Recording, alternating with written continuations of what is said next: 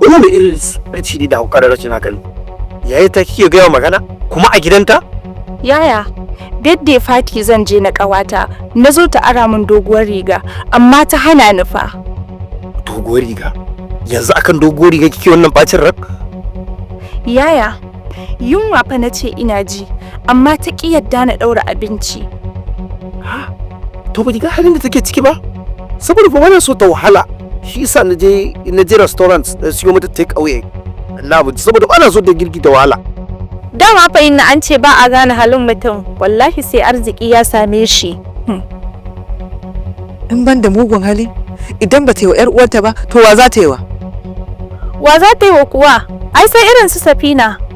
Ai Safina in ta je gidan nan, wallahi sai yadda take so take yi in gaya miki. Ya ina ma magana ka yi shiru. Ai jira nake ki sauki ayar saboda kar in katse ki tsine mu uwata. Amma gaskiya Hafsa kin rina mun hankali wallahi. Za ki zo ki sani a gaba ki dinga mun faɗa kamar wani kaninki?